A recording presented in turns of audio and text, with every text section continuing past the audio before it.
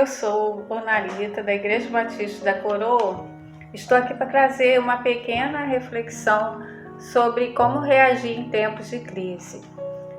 E a nossa meditação tem base na experiência do profeta Abacuque.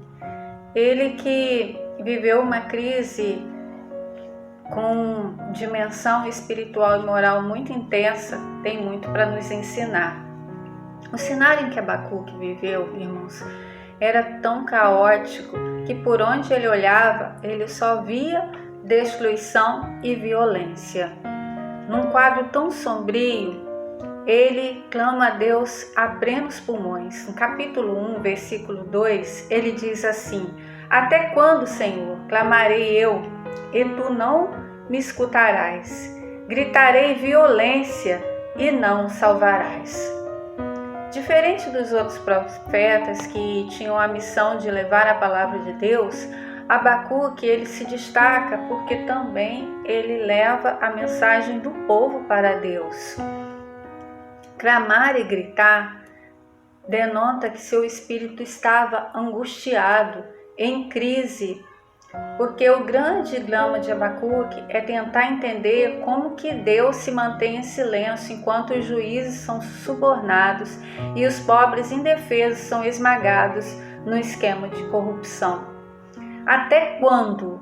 Essa expressão denota que ele ora continuamente a Deus. Parece que Deus estava em silêncio e inativo.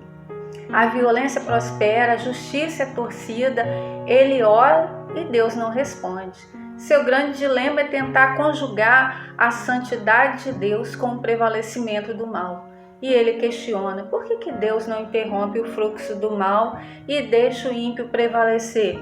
E quando Deus responde, ele fica ainda mais em crise, porque se antes ele estava angustiado por causa do silêncio de Deus, agora ele está ainda mais perplexo, porque Deus diz que vai usar a Babilônia, sanguinária, império cruel e amargo como vara para disciplinar seu povo.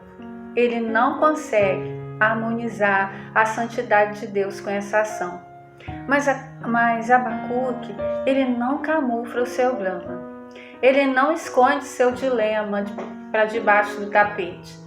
Ele expõe sua crise existencial e teológica para Deus. A oração para Abacuque é muito mais do que uma experiência de devoção.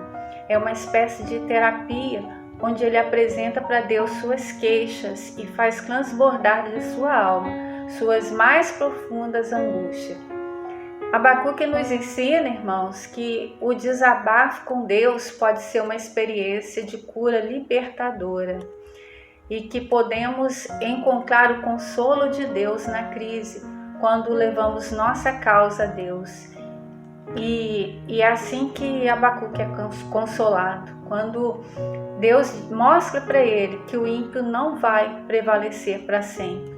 Ele encontra consolo quando começa a orar e meditar na grandeza de Deus.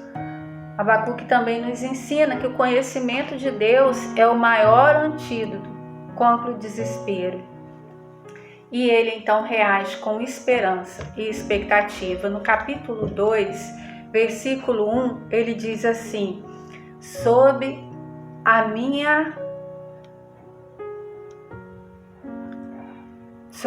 guarda estarei, e sobre a fortaleza me apresentarei e vigiarei para ver o que fala comigo e o que eu responderei quando for arguido. Abacuque sai do vale da sua dor, de sua perplexidade e sobe a uma torre. Ele nos ensina que tem horas que nós precisamos sair do turbilhão dos problemas e nos concentrar em Deus. Ele deixa de olhar para as circunstâncias e começa a esperar a resposta de Deus. Depois de falar com Deus, Abacuque se coloca em silêncio, aguardando a sua intervenção. E ele não se deixa dominar pela dúvida. Ele que começa o livro perturbado e angustiado, à medida que Deus vai falando, o profeta vai recebendo a esperança de que o justo viverá pela fé. a esperança de que toda a terra se encherá do conhecimento de Deus. Quando tudo parecia perdido, ele encontra esperança na palavra de Deus. Tudo estava em ruínas ao seu redor. A Babilônia ainda marchava com os exércitos para destruir a cidade de Jerusalém, e sem nenhuma possibilidade de resistência aos caldeus. Abacuque encontra esperança em Deus. Foi então que ele orou e ele não ficou prisioneiro do problema, mas apresentou sua causa a Deus. Até um certo momento, Abacuque levou as mazelas do povo para Deus, mas agora ele percebe que precisa levar a palavra de Deus para o povo. E ele então reage com temor à palavra de Deus e ora por avivamento. Sim, Abacuque nos ensina que avivamento, irmãos, é uma oportunidade para que é uma oportunidade para orarmos e clamarmos a Deus por avivamento.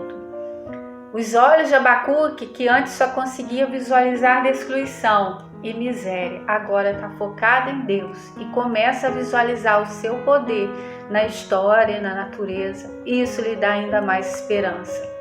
Depois de receber a revelação da grandeza de Deus, que está no alto e sublime trono, só lhe resta adorar. Deus transforma o Abacuque questionador em adorador. Quando tudo parecia perdido, ele entoa uma canção de triunfo, ainda em meio à dor. O cenário não mudou, mas Abacuque mudou e ele entoa um canto de fé. Mesmo no capítulo 3, versículo 17, diz assim: porquanto, ainda que a figueira não floresça, nem haja fruto na vide, o produto da oliveira minta, e os campos não produzam mantimento, as ovelhas da malhada sejam arrebatadas, e nos currais não haja gado. Todavia eu me alegrarei no Senhor, exultarei no Deus da minha salvação.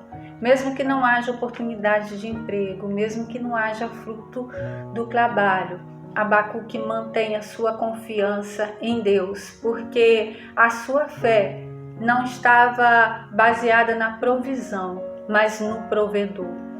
Ele que antes estava com joelhos vacilantes, agora pela fé diz que Deus lhe deu pés velozes, firmes como a corça. Ele pode perder tudo, mas não a sua fé. Ele começou o seu livro deprimido, angustiado e termina com alegria. Ele faz uma viagem do temor à fé, do pranto ao cântico, do questionamento amargo a uma profunda adoração. Precisamos também, nesse tempo de crise que estamos vivendo, fazer essa viagem. Que Deus nos abençoe.